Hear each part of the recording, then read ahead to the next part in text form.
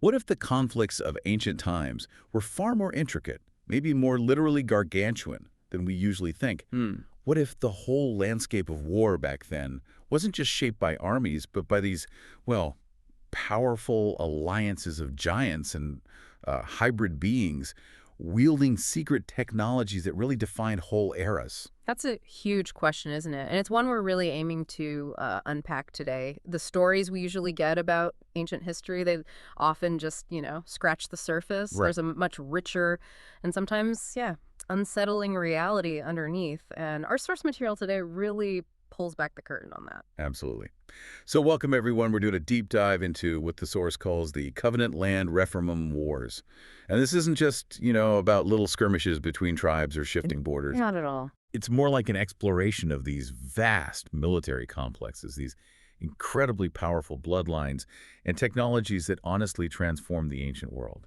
Yeah. We're going to dive into this narrative where, familiar biblical accounts meet up with detailed historical, even etymological insights in ways that are, well, pretty remarkable and maybe surprising. Yeah, our mission today is basically to unpack this dense but really fascinating document. It sheds a lot of light on these huge conflicts. We'll pull out the most important bits of knowledge for you. We'll guide you through things like the Philistine military power, their Iron Age secrets, which are pretty amazing. Then we'll jump back to that legendary war of giants in Genesis 14. Okay. And from there, trace Israel's really tough path, through faith and warfare, right up into the beginnings of the monarchy. So by the end of this, you'll have a kind of shortcut to being really well informed on a topic that often stays kind of obscure, shrouded in mystery. Yeah. We think there'll be some surprising facts, unexpected connections, things that might give you a few aha moments. Definitely. Maybe reshape how you see ancient history. And to guide us, we're zeroing in on one main source today, an excerpt titled Section V, The Covenant Land Rephaim Wars. This thing presents a really compelling, unified story. It weaves together the biblical stuff we know with detailed historical and language insights. Yeah, it reveals this continuous sort of transgenerational struggle that profoundly shaped the ancient world. A struggle whose echoes, frankly, you could argue, still resonate today. Okay, so let's start by really unpacking the Philistine military complex. It sounds formidable. It really was. Our source points out two distinct Philistine migrations to the Covenant Land. And understanding this difference is absolutely crucial. It helps explain their origins and, maybe more importantly, their lasting power. Two migrations, though. Yeah. The first wave happened way back around the time of Abraham. And this wasn't just, moving house. It was a period where they were already intermarrying, mixing their lines with these established, powerful, giant tribes already in the land. Giant tribes, like who? We're talking groups like the Anakim, the Avim, the Amalekim, Geshurim, Horim. These weren't just casual encounters. It was like a deep fusion of these different peoples. Wow. Okay, so even that early on, you see this mixing of peoples, this confluence of powerful groups. It puts a different spin on just taking territory, doesn't it? Exactly. It suggests their strength wasn't just about land, but maybe integrating these, well, formidable lineages, perhaps for their physical strength or maybe knowledge they had. It's kind of an interesting idea that military power could be genetically linked right from the start. Precisely. And then you get the second migration. This one was arguably more impactful. Yeah. It happened after the big collapse of the Hyksos Empire down in Egypt. And this wave brought with them significant Indo-Aryan influences. Now, this second migration didn't just add more people. It fundamentally changed the whole region's power structure. How so? Well, they didn't just settle peacefully. They aggressively basically took by force most of the Gaza region from the people already living there. That meant the Anakim, the Avim, and the local Canaanite peoples. That's a really key detail. It paints a picture of a very systematic, aggressive takeover, not just a slow settlement. And it leads to this critical question the source raises. What does it really mean for a people to intermarry with giant nations and hybrids? Right. This isn't just a footnote. The source is clear. This integration points to something fascinating, maybe even a bit chilling, about their power. Military strength wasn't just numbers or tactics. No. But maybe the extraordinary physical abilities, perhaps even the inherent nature of the warriors themselves. And we learn that right up until King Saul and King David's time, this southern alliance, the Amalekites, Edomites, Horim, they actively cooperated with Philistine giants and hybrids from both migrations. Yeah, that cooperation is key. This wasn't some minor detail in their army. It was core to their strength, their dominance. Their actual fighting force had this profound, possibly non-human element. Indeed. The Philistines, as our source really details carefully, didn't just conquer, they fundamentally restructured the whole area into this highly sophisticated, very resilient military machine. Okay. They set up this complex network based around what the source calls pentapolis city-state fortresses. Now, these weren't just isolated castles like you might imagine. No, they were interconnected, supported by this intricate web of walled satellite villages. It created this layered system for both defense and offense, designed for strategic depth, rapid response. It was a real blueprint for staying dominant. So this was a meticulously planned military machine then, really set up for constant war. The Americana Encyclopedia, which the source mentions, calls it a diverse confederation of cities, towns, peoples, and a robust military poised for perpetual war, both offensive and defensive. That sums it up well. What really gets me is the sheer scale, the foresight of their planning. This wasn't random. It was designed to achieve and keep regional dominance. Pretty remarkable ancient military thinking. And understanding their leadership structure is also really key here. If you want to grasp the depth of their power, their influence. Right. The source highlights this kind of obscure title, the Lords of the Philistines, or Serenim. Serenim, Yeah. And it suggests that similarities in the pattern of kings' names, like the prefix Abimelech, you find in old execration texts. Think King Abiyamimu, Abibal of Tyre. These reveal a close, maybe even family relationship between different giant nations and these hybrid Rephaim human nations, like the Amorites, Sidonians, Phoenicians. It hints at this widespread network of tangled royal lines across different peoples and regions. That's a deep dive right there, connecting names across cultures and times. So a crucial piece here is understanding the Kistorim, or as the Egyptians called them, the Kafiti. Exactly. The source stresses that they settled in Azah, which is Gaza, and it was their significant presence there that helps reveal the identity, the nature of these elusive Philistine lords, the Serenim. It's like finding that missing piece that ties them to a specific place and a powerful culture. What's really striking, though, is the power sharing you mentioned. Within this confederacy, even though the Philistines were dominant overall, Right. the Anakim controlled vital cities like Gath and Ashdod, maybe other parts of Gaza too, while the Avim held Gaza City itself. And the Philistines didn't just crush them, they permitted the Anakim and Avim to control 3 of the 5 main city-states Yeah. and live among them. Yes, that's what the source indicates. So why? Yeah. Why share power like that unless there was some strategic advantage? Well, that's the implication. It points to a pragmatic alliance. Maybe the unique strengths of the Anakim and Avim, perhaps their size, their fighting prowess, or just their established presence, were leveraged within the larger Philistine system rather than just being wiped out. Okay. It sounds like a sophisticated, integrated system built for maximum effectiveness in war. A very pragmatic, maybe chilling kind of integration. And speaking of networks, the source uses this really unique metaphor for their military complex. The mice strategy. Ah, yes, the mice. The whole Philistine network of fenced cities, which the source defines as migstar, meaning walled castle, fortress, stronghold, and their web of country villages, was allegorically called mice in 1 Samuel 6. That's when the Ark of the Covenant was returned to Israel. It's such a vivid, almost unsettling image. The source even speculates if this new military mice strategy might have been inspired, maybe even pioneered, by someone named Duke Akbor. Akbor. Yeah, and what's compelling is the linguistic link in Hebrew. His name, Akbor, sounds very similar to the Hebrew words for spider's web, akabish, and mouse, akbar. It suggests maybe a deliberate naming thing or just a deep insight into how their control worked, like a subtle, pervasive, hard-to-eradicate network, a web, or like burrowing pests. So it's not just a cute analogy, it's deeply symbolic, loaded with meaning. When the Ark came back to Israel, it came with those 5 golden emerods, the painful tumors, and 5 golden mice as this trespass offering. Mice, being a symbol of pestilence back then, were directly tied to this network that, as the source says, marred the land. This wasn't just symbolic. It represented their pervasive, interconnected control, like a silent plague spreading unseen, undermining and controlling from within. Yeah, it paints a picture of this silent, creeping dominance, both physical and psychological. The genius of this mice strategy, perhaps, wasn't just its structure, but how it shows a dominant power subtly undermining opponents, not just through fighting, but through this pervasive, almost invisible control that mars the land, like a hidden pestilence.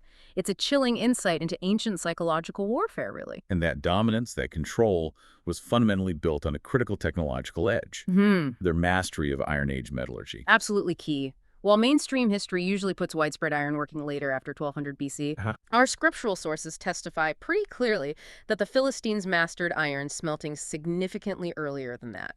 And this advanced skill gave them a fierce, almost unbeatable advantage in war. It explains how they could so quickly and decisively take over Gaza after coming from Crete. And this is where it gets really interesting. The source says this cutting-edge tech, the iron supply, it came with them from Crete, Right. an island home to both Philistines and Minoans.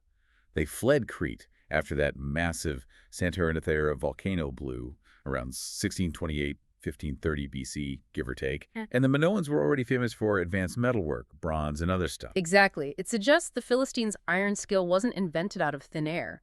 It was likely a continuation, an advanced step, building on existing sophisticated metal knowledge they brought from Crete. They basically imported their own industrial revolution. And supporting this early iron mastery, you have the biblical record of King Og's iron bed, Yes, that bed. dated around 1400 BC. It's direct physical evidence. This huge iron structure, otherwise hard to explain in that era, fits perfectly if the Philistines already had pre-1200 BC iron tech. It's not just a story about a bed, it's solid proof of early advanced ironworking. And they knew how valuable it was. The Philistines kept a strict, crippling iron embargo against Israel. They understood, even with worse weapons, Israel was a threat. But give them iron, their war capability would skyrocket. Makes sense. So yeah, it seems clear. Iron smelting, plus maybe advanced Hyksos chariot tech they adopted, these were the twin secrets, the core pillars of that hybrid Philistine pentapolis power. It gave them an unparalleled edge. It really shows how technology then, like now, was just a complete game changer in war and power. Okay, and then we have that specific term Serenim for these Philistine lords. The source connects it etymologically to the Hebrew word sar, which has this really unsettling cluster of meanings: hairy, storm, whirlwind, fear, and even horribly afraid. Yeah, that connection alone hints at something deeply sinister, doesn't it? A terrifying quality built into these leaders. It gets deeper, though. It does. Sar is also linked directly to the fear of devils, or shed, where shed means a shade or a said spirit, and Rapha also means spirit, shade, or ghost. Okay. And then there's this rooted word, serer, which translates as setter, meaning a shaggy or hairy he-goat, a fawn, or even a devil, like the goat god Azazel. But what's really critical, according to the source, is that Ser-er is presented as a compound word. It includes er, which means watcher angel. Watcher angel, so like fallen angel. That's the implication. It suggests a connection not just to a scary appearance, but to something supernatural, malevolent, maybe even a demonic lineage. So this is way more than just calling them hairy, scary lords. This connection brings to mind the terrible ones, roughen kings who the source says were sent to the abyss. And from a specific prophetic viewpoint that our source explores, Seir is hugely important because Alexander the Great's royal line is prophesied to produce the coming Antichrist figure, described as a rough goat in Daniel 8.21. Plus, the term Sar, meaning prince, is also used for Antichrist. So this raises a really profound, kind of disturbing question. Does the ancient, maybe preternatural lineage of these Serenim, these lords, hint at a deeper, darker continuity? One that stretches way beyond their time, maybe even into the end times? The source strongly suggests it does. By linking these ancient lords to figures prophesied for the end times, it offers this startling idea. The spiritual forces, the bloodlines at play back then might not have just vanished. They might subtly influence power structures across millennia. Wow. It reveals this kind of transgenerational malevolence that's maybe crucial for understanding future prophecy. Okay, that definitely prompts you to look at ancient conflicts through a very different lens. Oh. Almost eschatological. Right. Let's shift focus now to what the source calls the War of Giants in Genesis 14. This story is crucial, but often, it's glossed over, presented without enough context in standard Bible history talk. Yeah, you usually just hear 4 kings against 5. Exactly. Most accounts don't give the proper background for Genesis 14, nor do they link it to the bigger picture, the Rephaim Wars, that really ramped up centuries later. So this deep dive, we want to fix that. Place this foundational fight firmly within that larger story of ancient power struggles and spiritual warfare. That's why we're here, unearthing those connections. So setting the stage for this epic fight, our source talks about 2 distinct world orders clashing. Right. On one side, you've got the Eastern Rephaim world order. This came out strong after Babel, included the powerful Sumerian kings, those with direct Nimrodian bloodlines. And on the other side, Abraham's new settlement, right in the land of Rephaim kings and Canaanite hybrids of the Western Order. So this wasn't just about land or resources. It was a deep clash of ancient established power structures, each with these deep, possibly supernatural roots. And right at the heart of that Eastern Order is Nimrod's legacy. The source suggests he stayed in Sumer, intermarried with Elamite giants to create his dynasty of Shammah-like kings and bloodlines. Shammah-like. What does that imply? The source implies a connection to these powerful, almost deified ancient rulers, and these lineages in turn are seen as the rootstock that birthed later beast empires like Assyria, Babylon, Medo-Persia. So what does that mean for those empires? It suggests their very foundations, their imperial might, their ideologies were rooted in these giant lineages and this post-Babel world order, one characterized by immense, almost unnatural power and a distinct opposition to the divine plan. That's a chilling idea. Empires built on that.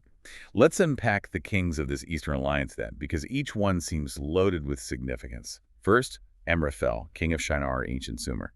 Our source says his Akkadian name means circle of the year, and his likely father was Amarsin, third ruler of the third dynasty.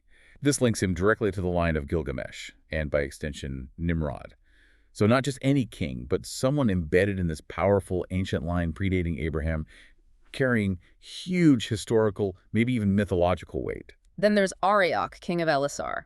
Now, the Targum of Palestine, an old Aramaic translation, specifically calls him Giant King Arioch of Elisar, describing him as tall among giants. Wow, okay. And his Hebrew name, Arioch, means lion-like, which immediately brings to mind images of those lion-like men, Ariel of Moab, and the Gibrim Gadites with faces of lions, these powerful, fearsome warriors mentioned elsewhere. So if we connect this to the bigger picture from the source, Yeah. It's suggesting that Ariel itself might be the name of a fallen angel who produced these lion-like Nephilim or Rephidim warriors, these heroes of old. That's the implication. It suggests a preternatural origin for these fighters, making them way more than just strong or brave men. They were, in this view, beings with a supernatural non-human lineage. Okay. And what's really fascinating is Arioch's direct link to Nergal, the Sumerian Babylonian war god, represented by Mar, worshipped as a man-lion idol, described as a great watcher of the Anunnaki in Sumer, a place known as the Land of Watchers, often shown with a bronze lion head, wings, clawed feet, and his role as king of Hades, chief archon in the nether regions. Well, that deepens the sinister vibe around Arioch's lineage, suggests a connection to dark spiritual powers. So the source thinks Arioch was, what, Nergal's son or descendant? Offspring or descendant, yeah. Of Nergal or Ares, Ariel basically cementing his place in the supernatural line. And this connection lets us speculate. Is there an etymological link between Aritzritim terms for the terrible ones? Yeah. This arrogant, evil seed line distinct from humans, and the terms Aryans and Arioch. The Aryan link to noble and Iran's roots certainly adds layers to this complex web of bloodlines and power. It's like these names aren't just labels, but echoes of a specific, powerful, possibly malevolent ancestry running through history. Moving on. Title. King of Nations. His Hebrew name title means stuff like fearfulness, great son, chief of nations, signifying a great, fearful, renowned son of a god. Okay. And according to our source, he really was king over many giant tribes. His territory stretched from the Tigris River way over to the eastern borders of Media, including what later became Assyria. This points to a huge, organized confederation of giants under his command, a massive force. And finally, Chedorlaomer of Elam. Name means handful of sheaves. He wasn't just another king. He was the driver, the strategic mind behind this whole Mesopotamian alliance. Right. His close ties to Arioch's father, Kedar-Mabug, just highlight again how intertwined these royal giant lines were. Not a loose group of kings, but a deep network, bound by blood and ambition. Now, let's look at the strategic reason for this invasion. The source makes it clear this wasn't just random aggression. Those 5 miscreant Canaanite cities had been threatening the stability of the powerful Earther Empire for a while. Refusing to pay tribute was the final insult, the tipping point that launched this massive military response. So it's a picture of serious geopolitical tension, an ancient empire cracking down on rebellion, not just random warfare. But what's really interesting, and the source points this out, is who this alliance didn't attack. They didn't go after the Hittites, the Avim, or the Anakim. Right, why not? The source speculates, maybe no quarrel, or existing alliances between them, maybe even fear. Or maybe the attackers were just stretched too thin by then. It really makes you wonder what hidden alliances or power dynamics were going on that stopped them fighting all the Rephidim groups in the area, suggesting an even more complex web of relationships. Absolutely. It suggests a complex, nuanced political scene among these ancient giant nations. Strategic calculation, not just mindless conquest. And about the Sodom Confederacy itself, those 5 kings formed their own pentapolis alliance. Our source describes them not just as rulers, but as tyrants, who opposed God and oppressed those they considered mundane, meaning regular humans loyal to God. And their names, like Sodom's King Bera, meaning son of evil, give a chilling glimpse into their nature. It highlights that deep spiritual dimension running through these ancient fights. They weren't just political enemies, they were spiritual adversaries. Okay, shifting forward now into Israel's own formative conflicts, the Battle of Rephidim, Exodus 17. This is a huge moment, right? A crucible where the nation was really forged in fire. Definitely pivotal. Israel, having grown into this nation of slaves over 400 years in Egypt, a time that started ominously under Hyksos king who knew not Joseph, was now free but totally unprepared for war. And at the same time, the powerful Philistine confederacy Caphtorim, Cherithim, Polithim had aggressively taken over the southern alliance in Gaza, while the Anakim and Avim were still powerful within the Philistine ranks, not crushed but like core parts of their strength. And the trigger for this immediate brutal fight was the Amalekite Agag king, described in the source as the most warlike of the nations. He actively stirred the nations into this conspiracy, a blood oath, to destroy the Israelites right after they left Egypt. This isn't presented as just one attack. It's framed as this ancient, deep-seated conspiracy. With chilling prophetic links, the source notes to the end-time Antichrist's similar goal against God's people. It shows this transgenerational grudge, not just a spur-of-the-moment fight. And just picture what Israel was facing. Fresh out of slavery, totally untrained in war, they're up against nations stronger, greater in numbers, larger in physical size, and crucially, armed with superior iron-reinforced weaponry, including the chariot. Yeah. It was an overwhelming disadvantage by any normal measure, a truly impossible situation for a brand new nation. What's really remarkable, though, is the clear, undeniable divine intervention. That battle at Rephidim where Moses' arms had to be held up for Israel to win, it vividly showed God's direct power and their total reliance on him. Right. This foundational fight taught Israel a vital lesson: unwavering faith, absolute loyalty to the Holy Covenant that was essential for victory against giants and hybrid armies. It wasn't just a tactical win, it was a profound spiritual lesson, crucial for their survival and all the future fights against these huge, maybe supernatural enemies. And the impact of this battle went deep, shaping Israel's future and their relationship with the Amalekites forever. The victory, despite the cost, was immediately decreed by God to be remembered always. With the Amalekites' treachery, their genocidal war, specifically that plot to steal Israel's birthrights, blessings, the messianic promise, to be remembered and ultimately blotted out. Yeah. That divine decree just underlines the immense gravity of this fight. It was way more than land. It was a spiritual war with cosmic stakes. Their tough journey through the wilderness continued, leading eventually to that infamous Scouts report in Numbers 13:14, another critical and deeply revealing test of faith for the young nation. Ah, yes, the spies. And remember, before sending them into Canaan, God had already done incredible miracles, the plagues, the Red Sea parting. He'd explicitly promised to be an enemy to Israel's enemies, guaranteed success if they just kept the Holy Covenant, which included the Promised Land itself and their ultimate superweapon, the Ark of the Covenant. But despite all those promises, all that history, you get this tragic, disloyal report, Joshua and Caleb. They accurately described a great land flowing with milk and honey, yes, inhabited by mighty Anakim. Right. But the other 10 terror-stricken and disloyal scouts, They exaggerated the danger massively, said the land eats up the inhabitants thereof, and critically misidentified the Anakim Rephaim they saw as the much larger pre-flood Nephilim. Right, that misidentification was key. It stirred up this overwhelming, paralyzing fear, which raises a really important question. Why did they exaggerate so much? What fear gripped them so deeply that they just threw out God's clear promises and orders? It points to a huge spiritual failure, right? A lack of trust with devastating results. The results were profound and immediate. God almost wiped Israel out right there. Only Moses' passionate pleading stopped him. He then decreed that crushing 40-year wandering in the wilderness a direct result of their disbelief, designed to forge their faith, raise a whole new generation, making sure those who rebelled, who lacked faith, would never see the Promised Land conquest. It was harsh, but necessary spiritual discipline. And the cost of that disobedience was immediate, too. Brutal. Despite God telling them to retreat and wait, many Israelites, caught up in this foolish, self-reliant bravery, chose poorly, attacked the Amalekites and Canaanites without Moses, without the ark, and crucially without God's active presence. Big mistake. Predictably, they were routed, utterly defeated, and in doing so, they accidentally gave priceless courage and optimism to their enemies. That moment just powerfully shows the huge, immediate cost of defying God's guidance. Proves that even with lots of people, victory depended entirely on obedience and faith, not human strength or bad strategies. After 4 long, hard decades in the wilderness, a new generation was finally forged.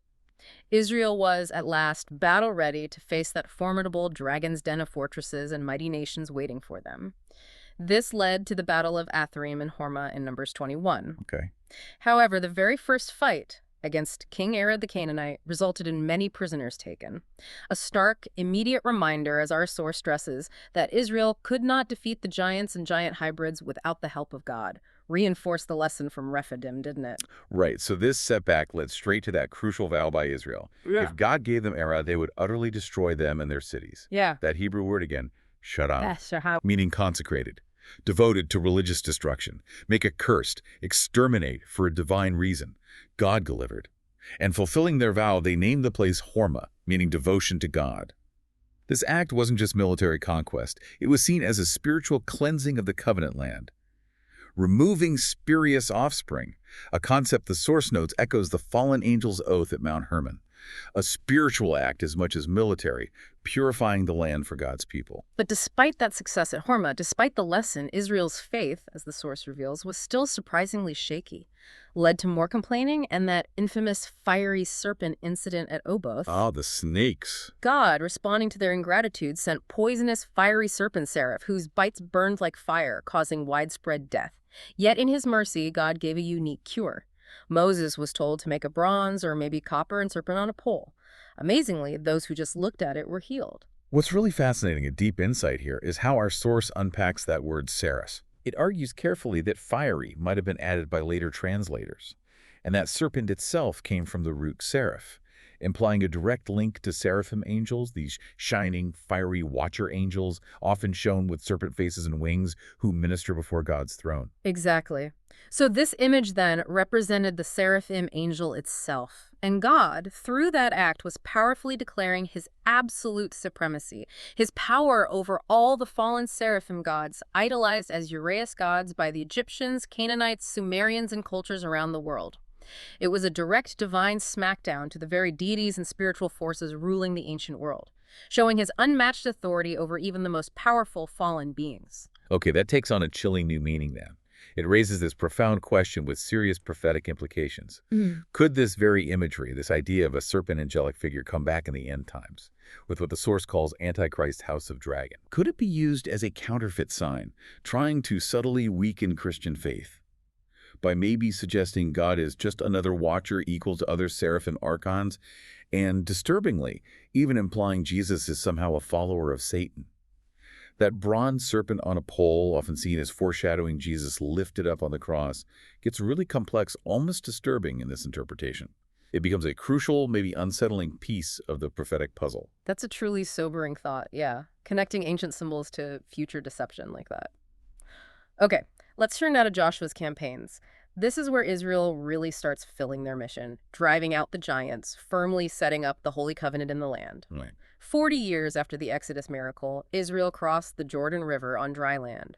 a powerful, unmistakable echo of the Red Sea crossing, hammering home God's presence with them. And at their new base camp, Gilgal, a name meaning wheel or rolling, Joshua set up 12 stones taken right from the riverbed. The source suggests this was way more than just a memorial. It was instead a deliberate, powerful message, a direct challenge to the Rephidim kingdoms, a confrontation to their own aligned circles of worship sites, like Gilgal or Rephidim itself, that mound of stones and pillars used for polytheist worship. Israel was signaling loud and clear, your religious sites, your powerful cities, they're about to be overturned into ruinous heaps of stones. It was symbolic warfare, overthrowing spiritual dominance as well as physical. And just before the main campaign against Jericho, Joshua has this profound encounter with the captain of the Lord's host, a figure our source identifies as the pre-incarnate Jesus. Wow. This divine figure accepting Joshua's worship, telling him to take off his sandals on holy ground, just like Moses at the burning bush, it powerfully underlines the divine authorization, the undeniable presence for the coming war with the Rephaim beast-like kingdoms. This wasn't just another military campaign, it was a divinely sanctioned war, started and led by God himself, a spiritual battle fought on physical ground. Okay, moving into that central campaign, Jericho was chosen first, and its destruction was deeply religious, deeply symbolic. Why Jericho first? Because of its renowned power reputation. It was seen as an antediluvian city of gods and giants, protected by absolutely massive walls so thick Rahab's house was literally built on them. It seemed impregnable, a stronghold of ancient dark power. And the battle itself wasn't conventional war at all. No. It was, instead, a special religious ritual of curse and destruction, using that word karam again, meaning utterly destroy, exterminate for a holy purpose. The 7-day march around the city, the trumpets blowing, the ark always present, it symbolized this profound renewal of the land, the absolute cleansing of and removal of Rephaim and their hybrid human offspring who defiled God's reserved territory physically and spiritually. Right. What's really striking is the source's interpretation. Jericho as the first fruits of the conquest harvest, the first critical act of removing the tares, the children of the wicked one, from the Covenant land, a purification ritual on a massive scale. After Jericho's dramatic fall, described as a royal city of the Rephaim and Canaanites, maybe specifically an Avim royal city, became a heap of ruins thanks to Joshua's clever tactical deception. This battle, instead of showing Israel's physical strength, really highlights that Israel's mighty Gibber men weren't giants themselves. They were God-strengthened, empowered, able to strategically outwit and decisively beat much larger, physically stronger enemies. A victory of divinely boosted intellect and strategy over just brute force. And the devastating destruction of both Jericho and Ai. It forced the remaining central Canaanite city-states to band together with one accord, a phrase our source calls a hive mind, joining up with the northern and southern alliances. Oh, okay. This wasn't just politics, it was a desperate, unified reaction. They realized just hiding in their strong fortresses made them vulnerable to Israel's God-backed tactics.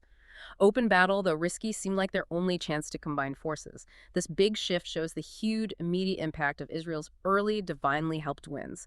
It hardened the enemy's resolve, but also totally exposed their underlying fear. This unified resistance then leads to the Gibeonite deception and the southern conquest that followed, which included, well, nothing short of divine intervention on a cosmic level. Right. The people of Gibeon, a great city, a royal city of Hivim giants, maybe named after a giant Gibeon linked to the southern Horem, they sought peace with Israel through trickery.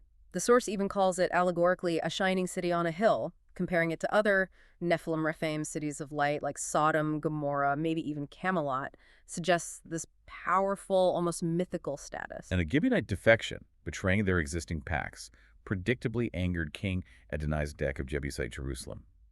His Canaanite name, meaning Lord of Justice or Lord Baladoni is righteous, hints at his loyalties. He immediately invoked the renewed Rephaim pact, called up 4 other powerful southern kings, including Hohem of Hebron, a key stronghold where those formidable Anakim kings Talmai, Shushai, and Ahiman lived, a clear sign of these deep giant alliances and their swift response to betrayal. And in the battle that followed, God stepped in spectacularly, in a way that just boggles the human mind. He threw down great stones, massive hailstones on the fleeing Canaanite army.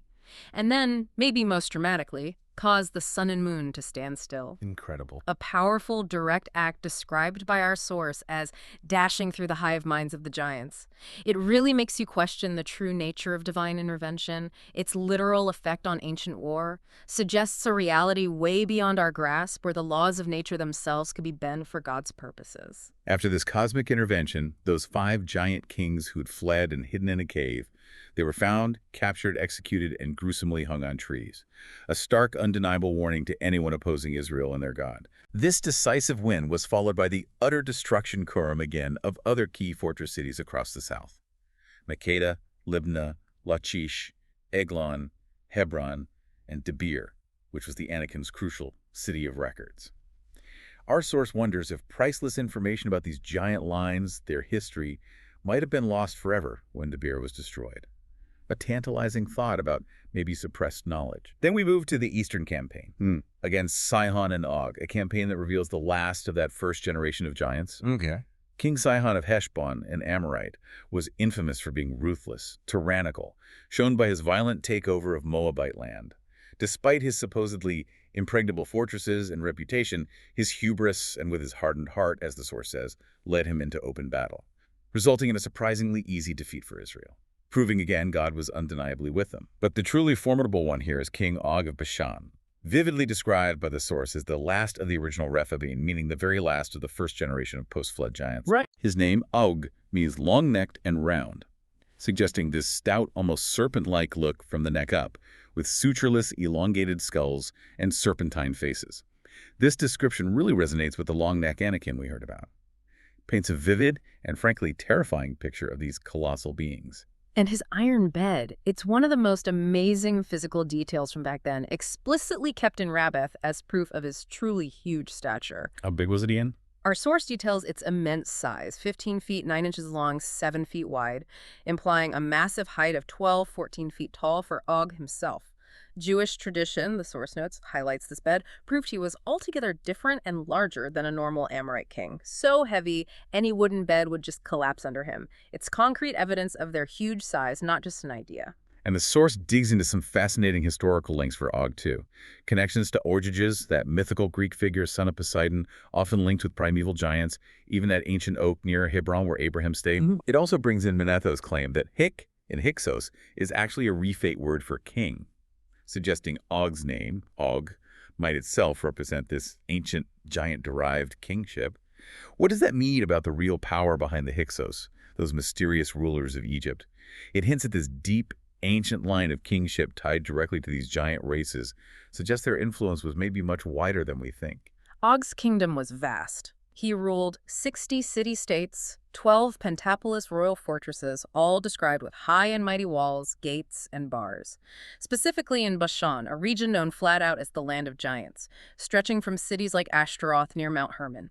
A truly huge, heavily fortified empire, a massive roadblock for Israel. And Ashtaroth-Karnaim, a key city in Og's territory, was a major center for worshiping the Baalim and Ashtoreth, the queen of heaven, that mother goddess figure. Right. Ashtaroth-Karnaim, meaning double-horned city, represents this dualistic bull cult, tied directly to the powerful bulls of Bashan princes.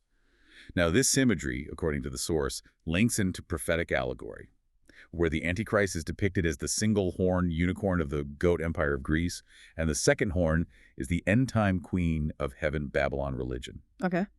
From this viewpoint, this lineage suggests Antichrist will have direct bloodline connections back to the Rephidim, the fallen angels of Mount Hermon, and Nimrod.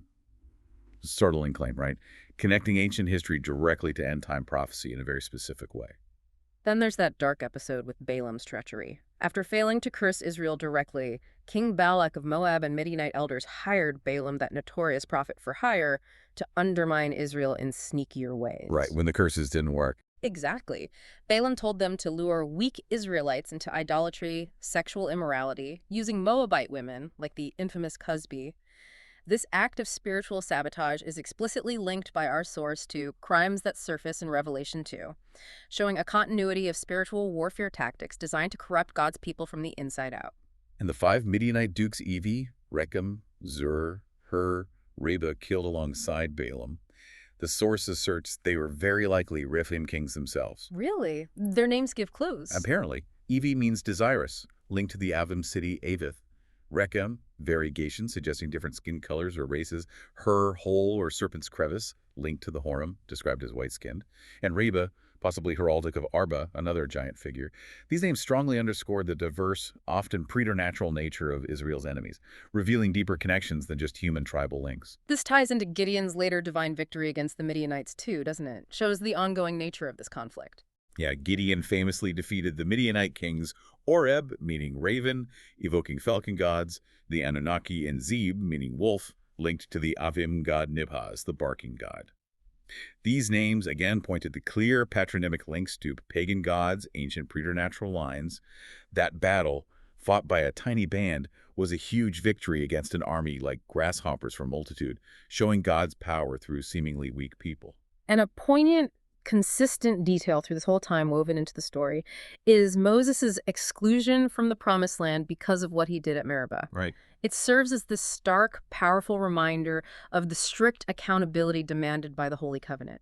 Even for a leader as great as Moses, underscores the absolute sanctity of God's commands. Okay, transitioning into the monarchy era. The struggle with giants as the source details just kept going. Saul, Israel's first king, chosen by God because Israel wanted a human ruler like the other nations to protect, was a giant among men.